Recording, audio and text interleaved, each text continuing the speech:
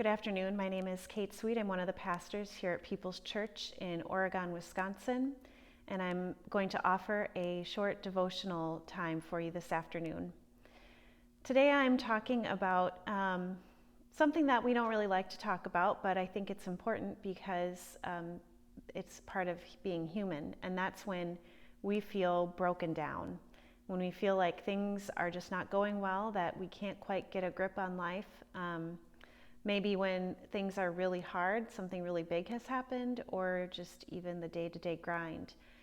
I think these times of coronavirus and everything else going on in the world have really made it such that a lot of us feel that way a lot of the time right now, that things are just hard and we're lonely and uncertain. A lot of people have lost jobs or lost loved ones.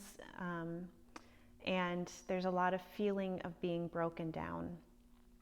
Now, our faith actually doesn't discourage us from talking about this. In fact, it encourages us.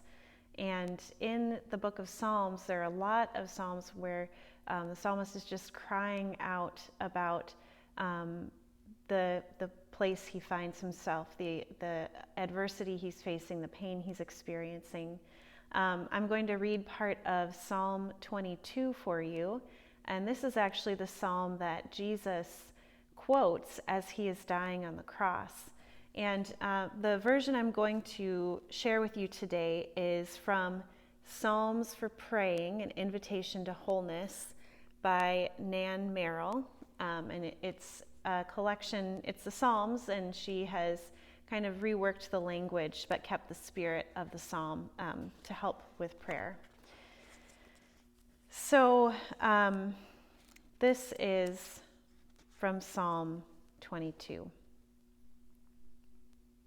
Oh, my beloved, why have you forsaken me? Why are you so far, abandoning me as I groan in misery? Oh, my beloved, I cry day by day, but you do not answer, and by night, but find no rest. Yet you are holy, praised through all generations. In you our parents trusted. They trusted, and you did come to their aid. To you they cried and were heard. In you they trusted and were not disappointed. But I seem as nothing, hardly alive, scorned and despised by many. Those who see me make fun at my expense. They ridicule and gossip among themselves. Commit yourself to the Most High, they say. Let love deliver you, you who delight in the Most High. Yet you are the one who took me from the womb. You kept me safe upon my mother's breasts. Upon you I was cast from my birth, and ever since my mother bore me, you have been my strength. Come close to me, for trouble is near and there is no one to help. Many like bulls surround me. They come at me with great force. With fire in their eyes and bellowing roars, they charge at me. I am poured out like water, and all my bones are weak. My heart is like wax melting within my breasts. My strength is broken as a shard of pottery, and my mouth is dry. You have laid me in the dust of death. It's not an easy psalm to read, is it? But I'm sure that you can relate to that feeling of being broken down, being like broken pottery even. When I was a hospital chaplain in Seattle, I helped to lead a grief and loss group with inpatient psychiatry patients. And one of the things we would often talk about is how grief just shatters us. Things that we have lost, they shatter us. And what I tried to encourage people to recognize was that although we are shattered, the pieces can be put together again. But often they're not put back together in the same way that they were before.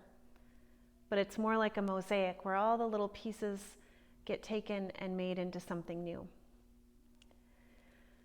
I think in these times of feeling broken in these times of loss, in these times of uncertainty, it's important to remember.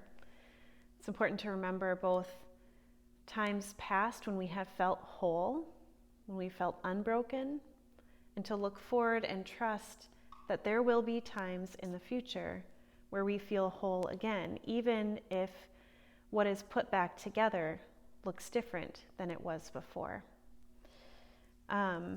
You heard the psalmist kind of going back and forth like that, a feeling of being broken down and of remembering God's goodness, and being broken down and looking forward to God rescuing him. I have a blessing I'd like to share with you today, and I'll offer a couple of questions for reflection at the end. But this blessing is from a book of blessings called Circle of Grace by Jan Richardson, who is a Methodist minister and an artist. And this particular blessing is actually meant to be read on Holy Saturday, which is that day between Jesus's crucifixion on Good Friday and his resurrection on Easter Sunday, a time when we sit and wait and feel the weight of unknowing and of grief and loss and brokenness. In many ways, we are in a Holy Saturday time right now when we are persisting through a very long season of difficulty and uncertain what resurrection might look like in the end. So please take a moment to settle yourself to receive this blessing, which is called Blessing for a Broken Vessel.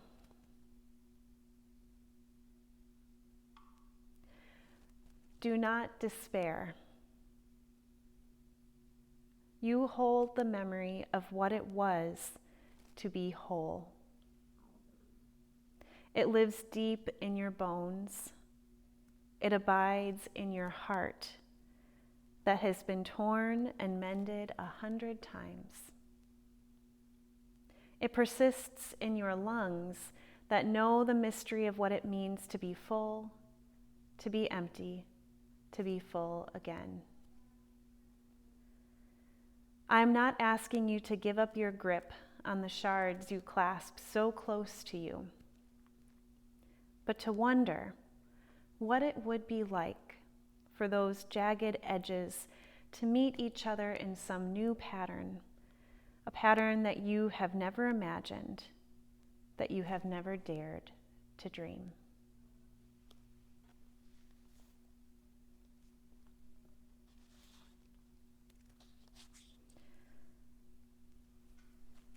And for a moment, if you would,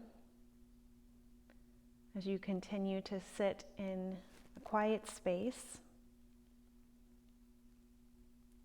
remember, if you can, a time when you did feel whole.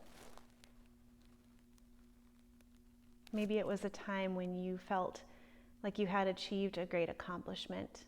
Maybe you got the job you wanted, finished a project you had been working on, completed a beautiful art piece. Maybe it was a time when you were in good company with family and loved ones, maybe doing something exciting like on a vacation, or maybe just something simple like gathering together for dinner. Maybe it was a time when you learned something new and you felt a thrill and excitement of that kind of new mastery and understanding. Whatever it was, this time when you felt whole, consider, what was this like?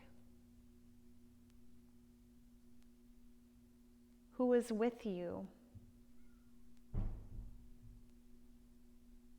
How did it feel? How did it feel emotionally,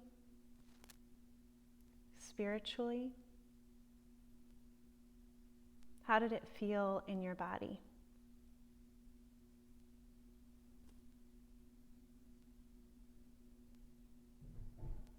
Take that sense of wholeness, remember it, hold it. Give thanks to God. Remember that you will be whole again.